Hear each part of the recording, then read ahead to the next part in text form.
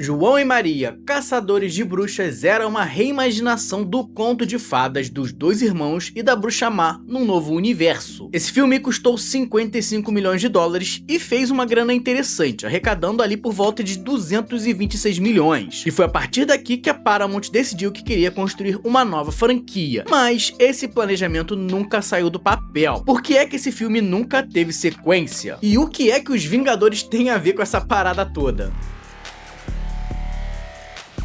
Oi galera, eu sou o André Con, seja muito bem-vindo ao Conversando e hoje vamos relembrar do filme que misturava Matrix com um conto de fadas e entender por que é que nunca teve uma sequência. Se você tava morando em Marte, em 2013 chegou aos cinemas João e Maria, Caçadores de Bruxas. O filme era uma releitura do clássico conto de João e Maria dos irmãos Grimm, com uma pegada de fantasia sombria, violenta e cômica. Na história a gente acompanha os irmãos João e Maria 15 anos depois deles terem derrotado a bruxa da Casa de Doces do conto original. E agora, adultos, os irmãos vagam por aí como caçadores de recompensa e especializados em matar as bichas feias. E assim, quando um monte de crianças desaparece do mesmo vilarejo, os protagonistas são contratados pelas autoridades locais para desvendar esse mistério. Mas o que eles não imaginavam é que iriam encontrar um inimigo muito pior do que o esperado. É premissa pra lá de irada e que eu sinceramente acho que tinha muito potencial. E aliás, não só eu, tá? Porque essa ideia aqui foi hypada desde o começo, lá desde a sua concepção original. Quem criou todo o conceito dessa obra aqui foi o diretor norueguês Tommy Wirkola. E lá em 2007, quando ele ainda estava estudando para a carreira, ele mostrou essa ideia para o seu orientador. De início, ele queria fazer um curta, mas o orientador dele achou a ideia tão boa que simplesmente profetizou pro Tommy Wirkola: meu amigo, segura essa ideia aí e não mostra para ninguém até você conseguir mostrar para alguém em Hollywood, porque isso aí vai vender que nem água no deserto. Bom, o tempo passou e o Tommy ganhou sim algum reconhecimento na indústria após fazer alguns filmes independentes. Esses filmes geralmente eram sátiras violentas, como por exemplo Zumbis na Neve. Por conta disso, o diretor conseguiu contato com o produtor Adam McKay e eles levaram juntos a ideia de João e Maria para a Paramount. E concretizando a profecia que o orientador fez lá atrás, esse projeto aqui foi aceito, foi super adorado pela Paramount e 2 dias depois deles terem apresentado o projeto, ele já tinha recebido a luz verde para seguir em produção. Na verdade, os caras gostaram tanto dessa ideia que já tinham planos para fazer 3 filmes e sonhavam com a possibilidade de fazer uma franquia em cima disso. Só que é o seguinte, gente, esse tipo de filme de ação com fantasia sombria geralmente encara um público bem rígido e uma crítica um tanto quanto rigorosa, como foi o caso de Van Helsing lá no começo dos anos 2000 e mais recentemente de O Cavaleiro Verde. Então, para poder se destacar no mercado, João e Maria precisava de pelo menos um nome reconhecível no elenco. Então a Paramount soltou os cachorros e trouxe logo 3 nomes bem reconhecíveis: Gemma Arterton, Jean Grey e Gavião Arqueiro. E bem, seguindo o trem do hype, o próprio Gavião Arqueiro, o Jeremy Renner, falou que ele tinha sido convencido simplesmente depois de ver uma imagem conceitual do filme, e que quando ele leu o script, ele nem acreditava que isso aqui ainda não tinha sido feito, de tão boa que era a ideia dessa obra.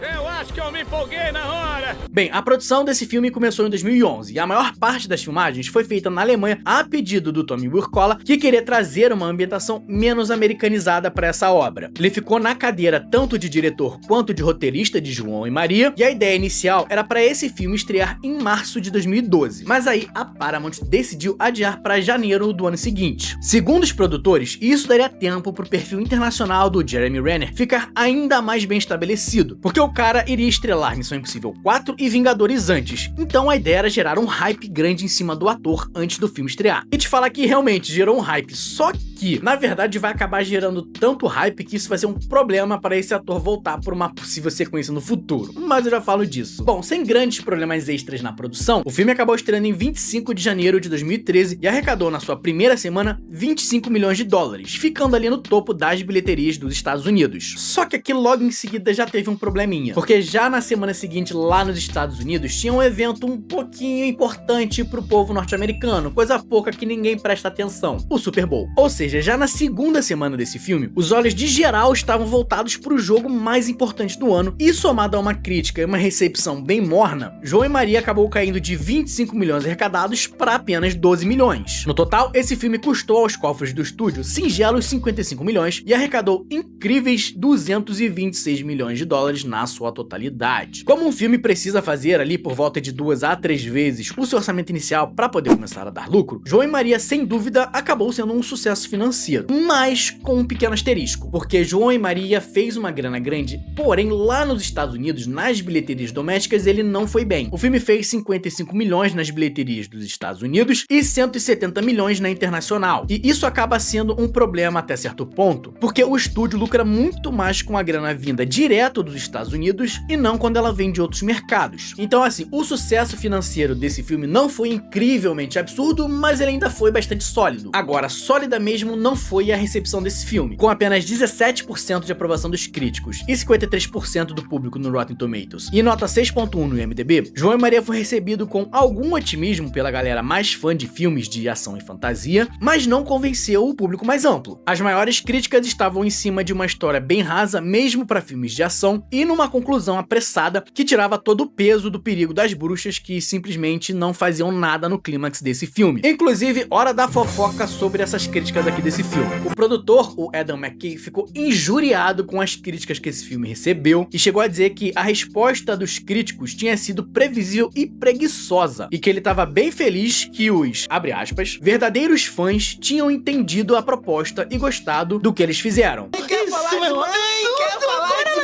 Beleza, eu acho que ele tá no direito dele de defender o produto, a obra que eles criaram, e até acho 17% uma nota bem rigorosa pra esse filme aqui. Mas essa parada de falar que a crítica era preguiçosa e não sei o que, eu acho completamente presunçosa e desnecessária. Porque pra mim, uma vez que você coloca a tua obra em público, ela deixa de te pertencer e ela passa a pertencer ao público. Você criou, beleza, mas fica a cargo de quem vai ver, quem vai receber a tua obra, avaliar do jeito que ele achar necessário. Mas bem, independente disso tudo, o fato é que esse filme aqui fez uma graninha e chegou até a ter uma sequência iniciando uma produção, mas que acabou não saindo do papel. Mas então o que é que rolou aqui?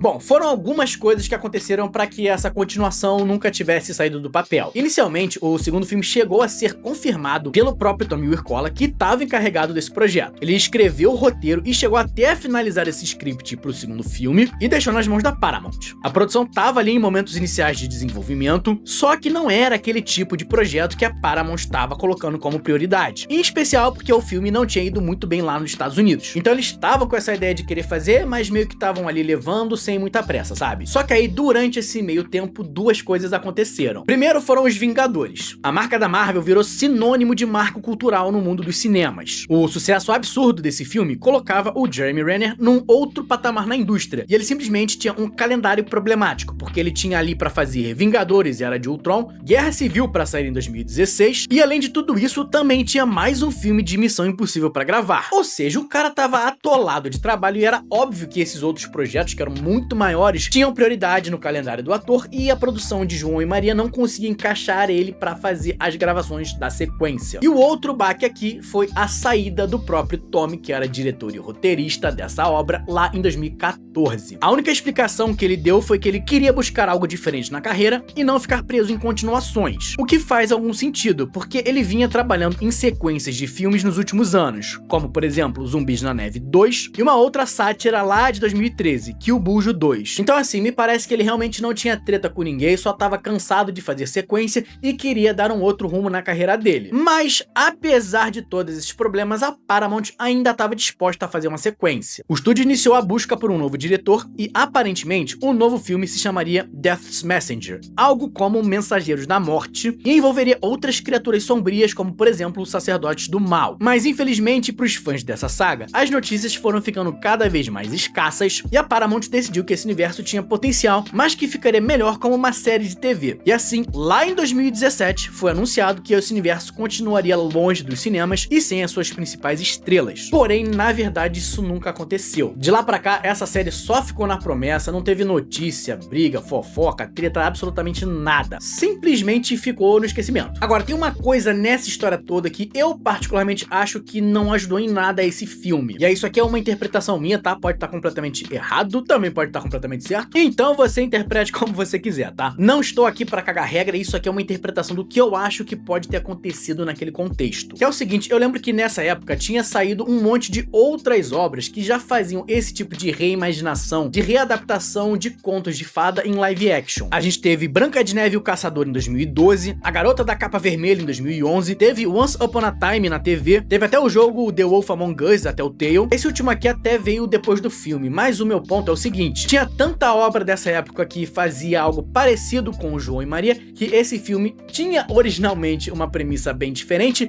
mas com tantas coisas saindo ao mesmo tempo, ele perdeu esse toque de originalidade, de singularidade. E pra piorar isso tudo, falando especificamente dessas obras live action que chegaram ao cinema, a maioria deles não tinham sido um grande sucesso ou sequer bem recebidos. Então eu acho que muita gente já esperava que esse filme aqui não iria ser bom de começo, ou seja, já foi assistir esse filme com o nariz meio que torcido, sabe? Mas bem, se esse filme fosse realmente bom, essa galera de nariz torcido ia ter que engolir a reclamação. E o problema aqui é que João e Maria entra nesse hall de filmes que são legais, que divertem, mas que são também completamente esquecíveis. Eu acho até que diverte, mas é uma história bem rasinha e que eu acho que se perde algumas coisas muito bobas. Pra mim, a melhor coisa desse filme é o começo. Só que o meio e o final não conseguem manter a qualidade. Por exemplo, eu não sei por que uma bruxa sozinha dá tanto trabalho pros dois no começo do filme, e no final, quando tem 30 delas, ninguém consegue fazer nada. Elas só ficam lá esperando os dois salvarem o dia. Eu também não gosto daquela dicotomia de bruxa boa, bruxa má. Eu acho bem sem graça, sem desenvolvimento nenhum, e até acho que se tivessem deixado todas as bruxas más e desenvolvido melhor a relação ali dos irmãos, e a gente tivesse visto alguns confrontos mais divertidos e perigosos pra eles, esse filme, que é na sua essência um filme de ação com um monte de gore, teria sido muito mais divertido. Ou seja, é o tipo de filme que eu acho que dedica muito tempo a coisas pouco interessantes e a personagens que tem muito pouco a acrescentar na trama. Porque além da história dos dois irmãos contra a bruxa má, ainda tem a bruxa boa, o xerife com os lacaios dele, o troll e mais um monte de coisa que eu acho que acaba atrasando o que realmente importa nesse filme. Não acho o pior filme do mundo, acho que diverte, é o tipo de ambientação que eu particularmente gosto muito, essa coisa meio folclórica, com fantasia sombria e com uma reimaginação de um conto já estabelecido. Aliás, eu curto muito esse tipo de reimaginação, uma das minhas histórias em quadrinhos preferidas é a saga de Fábulas, que vocês podem ver aqui atrás, então é o tipo de obra que eu já tô predisposto a gostar, mas esse filme aqui pra mim é isso, sabe? Você vê, você até se diverte, mas 10 minutos depois já esqueceu também. João e Maria, Caçadores de Bruxas, tinha um grande potencial e era tratado com imensas expectativas dentro da Paramount. Mas com as dificuldades de conseguir emplacar uma sequência, uma recepção morna do público e pouca bilheteria doméstica arrecadada, esse universo foi deixado de lado e um segundo filme nunca saiu do papel. Antes de você, deixa aí nos comentários se você curtia João e Maria e será que ainda dá pra resgatar essa franquia ou esse bonde passou e não volta mais? Sei lá, cara, eu realmente gostaria de ver alguém tentando isso aqui novamente porque é o tipo de história que me interessa muito. Eu gosto desse tipo de folclore, mas eu não tenho grandes esperanças não. Valeu, gente, um abraço e até a próxima.